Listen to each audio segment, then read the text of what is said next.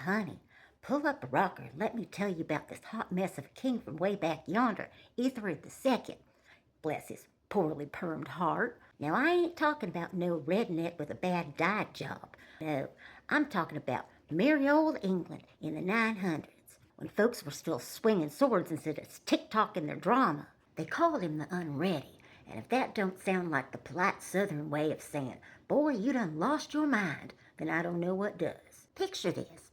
Ethelred sitting on his drafty throne, looking regal in his fur-trimmed tunic, sipping his mead like it's sweet tea on a July porch swing. He's king since he's what, 5 years old, a toddler with a crown. Y'all know how that goes. Mama running the show at first, but by the time he's a grown man, them Danes are paddling up the river. Vikings, darling. Big old bearded brutes with axes sharper than my granny's tongue. Raiding farms, stealing cows, and leaving nothing but a bad case of the Mondays. Now, Ethelred, he tries. He pays them off with silver. Dane geld, they called it. But it sounds more like hush money to keep the in-laws away. But them Danes, they just took the cash and came back for seconds and thirds in the whole dang buffet. More, they hollered, like it was Black Friday at the mead hall. Ethelred's advisors? Bunch of yes men with beards longer than their good sins. That's where unready comes from. Old English for ill-advised. But let's be real. It's code for this fool wouldn't know a good idea if it bit him in the royal rump. And oh Lord, the cherry on the top of this tragic Sunday? St. Brice's Day, November 13th, 1002.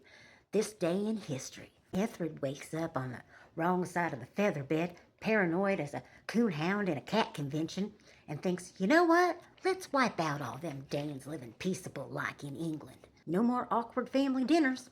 So he orders the St. Brice's Day Massacre. Folks dragging their Danish neighbors out of their beds, hacking and slashing like it's nobody's business. Thousands gone, town burned, and what does it get him? Nothing but a bigger grudge from the survivors. Swain Forkbeard, that's the Viking boss, but it sounds like a bad hair day on a pirate. He uses it as his, excuse me, but your hospitality sucks card and sails right in to conquer the whole kit and caboodle. Ethelred, he hightails it to Normandy, leaving the whole kingdom in a pickle. Crawls back later, marries a French gal to shore up alliances. But by 1016, he's deader than disco, and his son's being schooled by the Danes. Poor Unready. He spent his whole life chasing his own tail, paying off bullies, butchering up his own backyard, and ended up the punchline in every history book. The moral of the story, y'all? Sometimes the crown's just too heavy for a king who can't pick his battles. If Ethelred would have had a southern mama like mine, she would have snatched that scepter and said, boy, sit down before you hurt yourself. Now pass the cornbread. Telling tales this tragic works up an appetite.